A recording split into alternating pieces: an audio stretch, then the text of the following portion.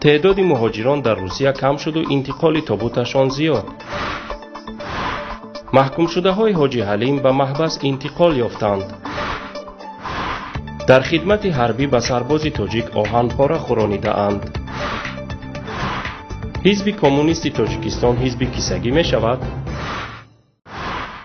در حالی که در ظرف 6 ماه سال جاری هزارها مهاجران کاری تاجیک از روسیه به وطن برگردانده و ممنوع الورود به روسیه شده اند، تعداد انتقال جسد از این کشور نسبت به سال گذشته 2 عدد زیاد شده است. در این باره سومنگل تقایزاده وزیر مهنت، مهاجرت و حفظ اجتماعی اهالی ضمن نشستی مطبوعاتی اطلاع داد. از اول سال روان تا حال از کشورهای خارجه به تاجیکستان 436 تابوت شهروندان آورده شده است که سال گذشته همین وقت 434 عدد بود. در حال وزارت مذکور از تعداد نگران کننده مرگ و میر مهاجران اطلاع می‌دهد که 2 ماه قبل شکرجان ظهوروف، رئیس مجلس نمایندگان، ضمن سفرش به روسیه و واخوری با همتایش سرگئی نریشکین به این مسئله توجه کرده بودند. اما واقعیت برعکس وعده‌های راهبر هر دو کشور را نمایش می‌دهد. این هم در حالی که در 2 سال اخیر در پی تأثیر بحران اقتصادی و سیاست‌های نو روسیه هزارها مهاجر تاجیک به وطن برگشتند و یا برگردانده شدند. بنا به اطلاع وزارت مذکور در نیم ساله اول سال روان از تاجیکستان 308,676 نفر همچون مهاجر مهنتی به خارج کشور سفر نمودند که 267,994 تن آنها مرد و 40,682 کس دیگر زن بوده است. طبق این معلومات 301,654 نفر به روسیه و 6,043 کس به قزاقستان رفته اند. اما معلومات های غیر رسمی بر اینند که تعداد مهاجران تاجیک زیاده از 1 میلیون است. کارشناس امور مهاجرت کریم جان یاروف میگوید اگر کم شدن تعداد مهاجران در روسیه را به اینابت گیریم، امسال فائز تابوت‌های به تاجیکستان از روسیه ارسال شده خیلی زیاد است. وابسته از آن که تعداد مهاجرانی که به روسیه حقوقی علاقه درآمد رو ندارند و یا که به خاک روسیه در آمدن آنها منع شده است، از این حساب اگر گیریم تعداد تابوت‌هایی که به تاجیکستان خود حاضر می‌روند علاقه نسبت به سال گذشته 2 برابر زیاد شدند، چون که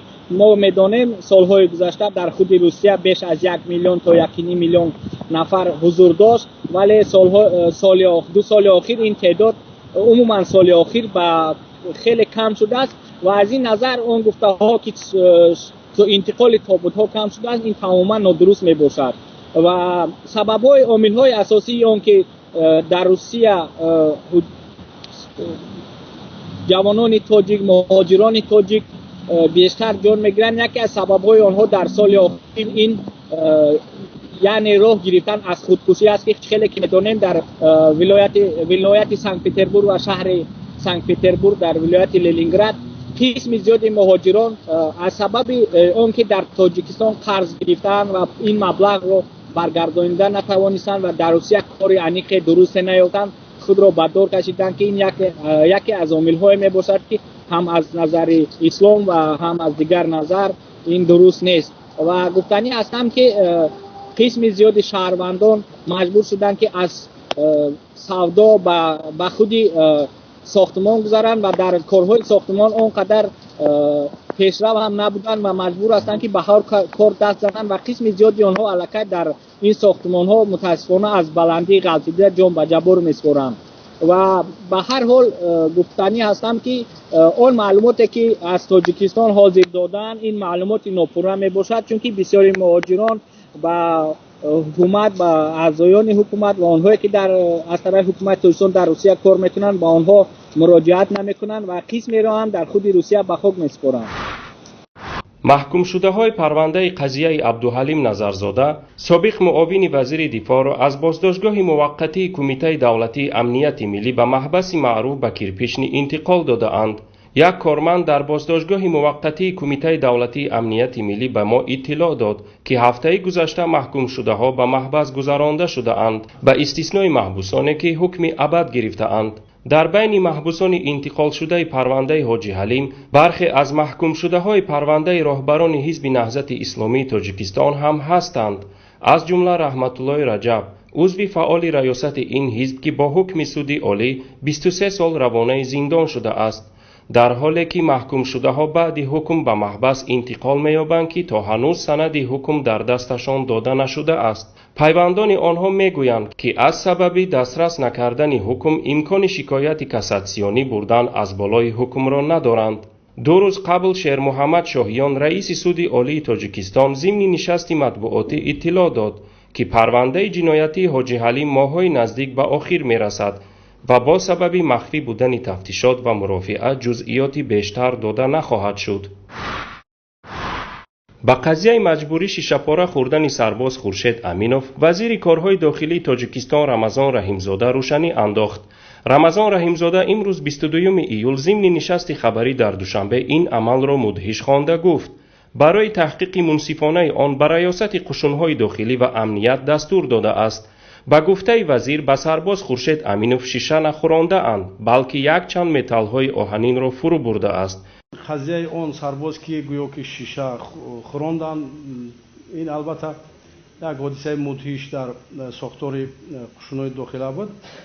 در این مسئله سفارش علاوه من با ساختارهای داخلدار مقامات کارهای داخلی، ریاست امنیت داخلی، ریاست خدمت قشون‌های داخلی برای سنجش پررأی قضیه سفربر شده است، سنجش ادامه دارد. تا حالا که معلوم گردید نه اینکه با اون کسی شیشه خورانده خود آن یک چند متال‌های آهنی فرو برده است معلوم کردن از طرف تشخیصی دکتر. نزدیکان خورشید امینوف ادعا دارند که او 14 ایون از جانب همخدمت‌هایش مورد لطوکوب قرار گرفته است. در پی لطوکوب او را وادار کردند که شیشه پاره ها خورد و در نتیجه امینوف در بیمارخانه بستری شده است. فعلا وضع سلامتی سرباز نگران کننده نبوده است. بار نخست در دوام 10 سال اخیر پگاه در دوشنبه حزب کمونیست تاجیکستان در قرارگاه مرکزی حزب برای خبرنگاران نشستی مطبوعاتی برگزار میکند. در این باره رئیس حزب کمونیستی تاجیکستان اسماعیل طلبکوف به اگنتی اطلاعاتی خاور اطلاع داده است. با ژورنالیستان وظیفه‌های تاکتیکی استراتژی حزب کمونیست برای 5 سال آینده معرفی کرده خواهد شد. قبل از نشست مطبوعاتی جلسه صدارت حزب کمونیست برگزار می شود. در نظر داشته شده است که ضمن جلسه اعضای صدارت به حکومت جمهوری تاجیکستان اظهارات قبول می کند. همچنین ما به همه حزب‌های سیاسی برای برقرار کردن همکاری دو جانبه و بسیار جانبه به خاطر حمایت منفعت‌های عمومی دولتی و عمومی ملی مراجعتنامه قبول می کنیم. تا این زمان خبرگزاری‌های دولتی از حزب‌های مخالف یاد نمی‌کردند، اما غیر انتظار خبرگزاری دولتی خاور به اعلان و تبلیغ نشست مطبوعاتی حزب کمونیستی تاجیکستان پرداخته است. تنها همین از آن درک می‌دهد که سیاست حزب کمونیستی تاجیکستان از فردا به بعد جانب حکومت تاب خواهد خورد. مورد یادآوری است که در انجمن 32 حزب کمونیست تاجیکستان اسماعیل طلبکوف به جای شادی شبدالوف رئیس حزب کمونیست انتخاب گردیده بود.